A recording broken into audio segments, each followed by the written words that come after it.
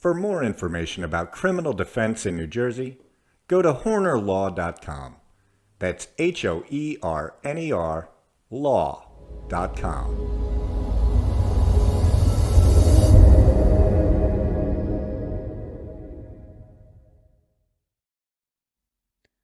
Welcome back to New Jersey Criminal Podcast. Today I'm speaking with Fred Amicucci, who is the Vice President of Sales and Marketing for Data Screening, which is a background check company. And I spoke with Fred the other day, and we thought we have kind of a lot of things in common. So Fred, welcome. Thank you, Meg. I really appreciate you having me on. Yeah. Great. I love how we kind of overlapped a little bit. Yeah. In terms of, I mean, and what that's each what I other was saying. does, Like, so. we have things in common. One of the things that I was saying to you the other day that I wanted to talk about today was, I'm a criminal defense attorney, and I practice primarily in New Jersey, in Superior Court and Municipal Court.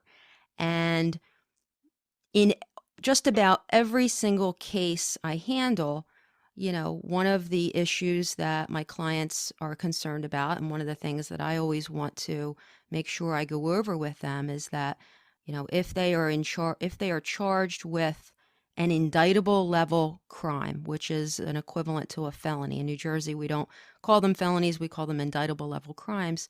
And they are looking at a plea agreement that would result in a conviction, that's going to be on their record. Yeah. It's going to be a criminal conviction on their record. And they all want to know, is this going to be on my record? And I have to be clear to tell them whether it is or it isn't. So that's one thing. The other thing that I deal with a lot is I handle expungements for individuals. And there are rules in New Jersey about certain crimes that after a particular passage of time can be expunged from their records, removed as if it never occurred. Typically that's because people, want to move on with their lives and gain employment where, if they have a conviction, they're not going to be allowed to have a particular job. And so they come to me and hire me to attempt to get older convictions expunged. Now, sometimes they come to me and they're not quite sure what they have on their record. The 80s and 90s sometimes for some people are a little foggy. And so I have had background checks run on clients. So that's kind of how, my involvement with background checks. So tell me, I guess you, and I'll let you tell me, but you represent, I guess, businesses that are potentially hiring people that want to have background checks run on them. So you're kind of on the other side of the equation. So tell me what it is you do. So you bring up a good point. On the surface, we're on the side of the business, although the Fair Credit Reporting Act, otherwise known as the FCRA, have very, very strict guidelines and procedures two things: whenever a background check company is providing background checks for employment, and then they also have strict procedures for the company that we're giving access to run these background checks for pre-employment purposes. So, we've been in business for over 25 years. We started out actually even before that as a credit reporting agency, and kind of parlayed into the background check business. And so, we looked into it, and it became very popular more after, 9/11, and that's when things really took off. So it's very interesting because Let me ask you, why after 9/11 did it take off? I guess just because people were more concerned with, okay. the background of people, terrorism and stuff. And there's a number of different searches that you can run. There's a U.S. terrorist watch list, and there's also a global terrorist watch list. So any countries that actually maintain their own terrorist watch list, it's actually shared amongst other countries.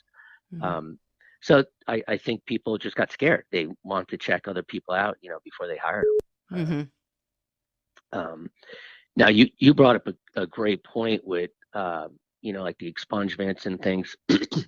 Now, the ban-the-box law, every state has their different terminology, but I think, and I think this is good for society in general.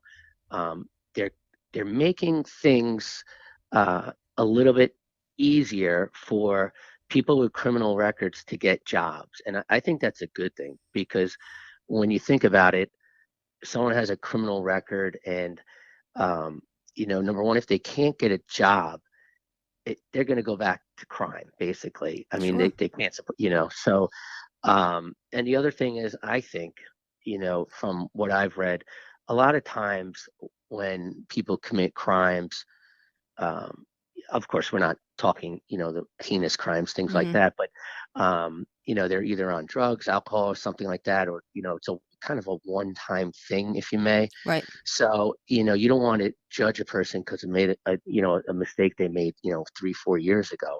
Oh, yeah, Um, absolutely. A lot of my clients, the crimes that they have it, committed were fueled by drug exactly. Yeah. addiction. Right. Yep. So, if we could get them help on that side and then, get them back in society and working, I think it's better for everybody. But then on the other side, as the companies that we basically represent, you also want to make sure the current employees and other employees are well protected, not only employees, but also if you have clients or customers. So we're kind of right in the middle of protecting the individual as well as protecting the business. Right. I have a question. Hmm. You conduct background checks that obviously check for prior criminal convictions, Right. but you also do. You talked about a credit check, which is I would Mm. imagine, you know, related to their financial background. And I know, I was a prosecutor for a really long time, and I handled financial crimes. And even as a prosecutor, we were not able to run a credit report on someone. There were very, very strict Yes. laws related to our ability, even as law enforcement, to run a credit check on someone. And so, that's kind of a whole separate category of a check. Now, I'm assuming, the individuals, they apply for a job, they are notified, hey, you want this job, you're going to get a background check done, which is going to include criminal as well as financial. Um, so Hmm. do you have, I guess, to have permission from the, potential employee through the employer in order to be able to do these checks? Yeah. I mean, just in general, some of the rights of the potential employees, that authorization has to be in writing, has to be obviously prior to, and each state has their own laws. And for example, New York, you can't mention background checks or even do a background check until you actually make a formal offer of employment. In New Jersey, it cannot be on the first initial interview; it has to be after that. But Who in regulates general, yeah, that? you know, it's it's funny. The FTC does, Hmm. and Department of Homeland Security, but that's all in the Fair Credit Reporting Act, which falls under the FTC. So And they're federal regulations. yeah, Okay. and it's it's really odd because a lot of times it's I'll be honest, a lot of times it's applicant driven or employee driven. They may see like, well, wait a minute, I'm supposed to sign something before I get it back. I didn't get anything to sign. And then they'll maybe speak to an attorney, employment attorney, because I don't think, unless a company is getting audited, there's no real way to actually know or understand if our companies are doing the proper things. um, but the thing is, with the credit, you mentioned the credit, and just like you said, the focus on credit over the past, well, I guess ever since it was allowable to actually do a credit check, is very, very intense. So if a company wants to do a background check, we have to have them sign some paperwork, just kind of clarifying their understanding of their responsibilities. And then when credit comes involved, if they want to do a credit check for employment purposes, there's a whole another set of credentialing process that the credit bureaus require us. So, like, part of that would be a physical inspection of the place of employment. So someone has to actually go into that place of employment, and you have to. It's a pretty intense. I mean, it's not so much entering, but in terms of looking around, does the building look like it's a residential commercial building?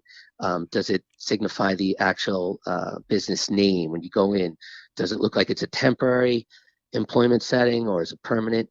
Oh, so you're saying, like, for example, if I want to hire somebody and I'm going to require a credit check of that potential employee, then there are regulations that I, as the employer, would have to abide by in order to be able to make that request? Yes. Okay. So it's basically, they just want to make sure you're a legitimate business and you're using credit checks as a legitimate purpose. So, and then you have to, not to mention, some of the paperwork you have to have a directory listing for a phone number. You have to show you have an official bank account. So things like that are very important to make sure it is a legitimate business. So that I'm not just trying to steal someone's identity. Yeah. Or, you're not some guy in his basement trying to run credit checks on people and stealing their information. And then on the other side of that, again, a lot of states have, separate and different laws when it pertains to credit checks for employment purposes. Typically, New York and California are the most strict, but you have to really show that the job that the person would be doing has a direct relationship with the reason why you're running the credit checks. Right. And I guess, as somebody who in my younger days didn't have the greatest credit, I'm curious, is there like a cutoff, or what is it that in your experience employers are looking for when they have a potential employee that they feel a credit check is something they're going to require? Yeah, I would say anyone that's dealing with money, even paper money or even financial statements. Banking a lot of times may do credit, although it's odd. Some banks don't do it. Will say, no way, we're not even getting involved with that. Some banks, that's the first thing that they look at as part of their pre-employment process, and if that's okay. So in terms of the credit check itself, that's another thing. There's no score on the credit check. A pre-employment credit check is different than, say, a lender's credit check. Okay. And I think that's very important. Yeah, that's good to know.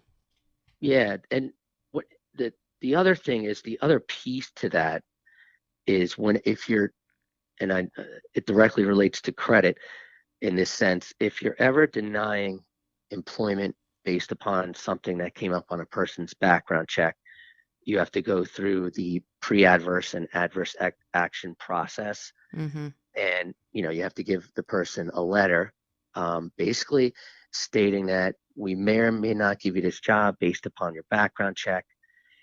If you would like to provide an explanation as to what happened, or if you feel there was an error in your background check report, you're given an opportunity basically to either contact the background check company or provide the employer with an explanation. So in terms of like credit, maybe the applicant comes back to the employer and states, oh, well, I'm going through a divorce. I had some medical bills. Things are a little rough. That may be a reasonable explanation. That's why I need a job. Yeah, that's why I'm applying here. Yeah. As opposed to someone saying, I just lost track a little bit. Right, exactly. Or maybe, hey, that's not me. You were focusing on the credit, but on the criminal background check. Oh, wait a second. Oh yeah, I wasn't ever arrested. That's the other thing that happens. I wouldn't say commonly, but going back to what you were saying earlier, we get a lot of times applicants like kind of forgot, like you mentioned, oh, I didn't know that was going to be on my record, so that happens as well. They cross their fingers and hope it doesn't pop up again. Yeah, exactly. Yeah, I was going to ask you if they had the ability to challenge the results of the background check. Now, what states do you operate out of? Are you a national company? We are a national company. We're actually international. Okay. So, it's common. We do a lot of international checks. That's another thing too, because, you have to work with the countries and their rules, which are different from the US. So a lot of clients, we have to make sure they're aware of this before we do those, because maybe they're used to a background check coming back in, 24, 48 hours, whereas, we're going to another country and it may take, a week, 2 weeks. And so they have different requirements and things like that. And I would imagine that your cost to the employer varies depending upon the extent of the background check and where it's at and all of that. Yeah, Mm-hmm. absolutely. And to do a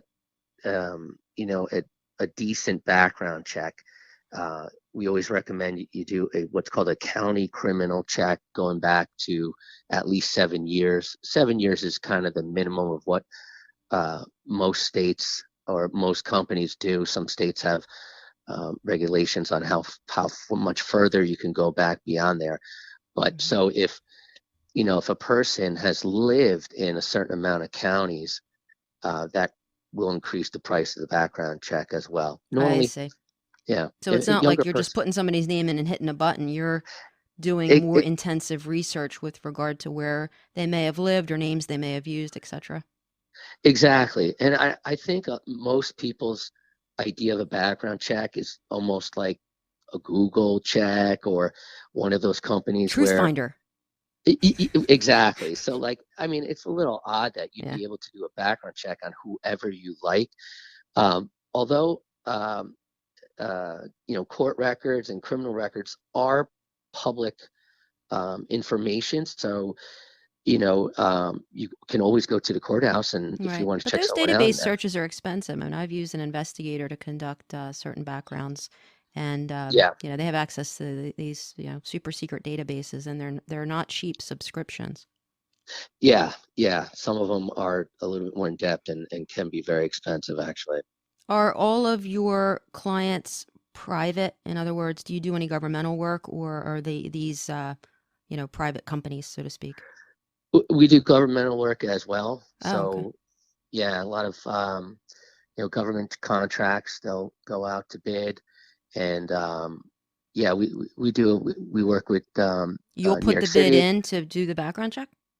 Yeah, so we'll do a bid, and we get awarded the bid, and there's certain projects or certain departments, things like that.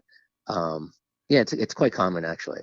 Well, how long have you been doing what you do? I've been here just about 7 years, and I was inside sales before this job, so this is more of outside and inside, because a lot of times I'll visit local businesses, and we travel as well. We do a lot of conferences, so it was a little bit of an adjustment, being face to face and then being in an unknown industry. But I was a quick learner, caught up quite quickly, and it's been really great. I love meeting people. So, for more information about criminal defense in New Jersey, go to hornerlaw.com. That's HOERNER law.com.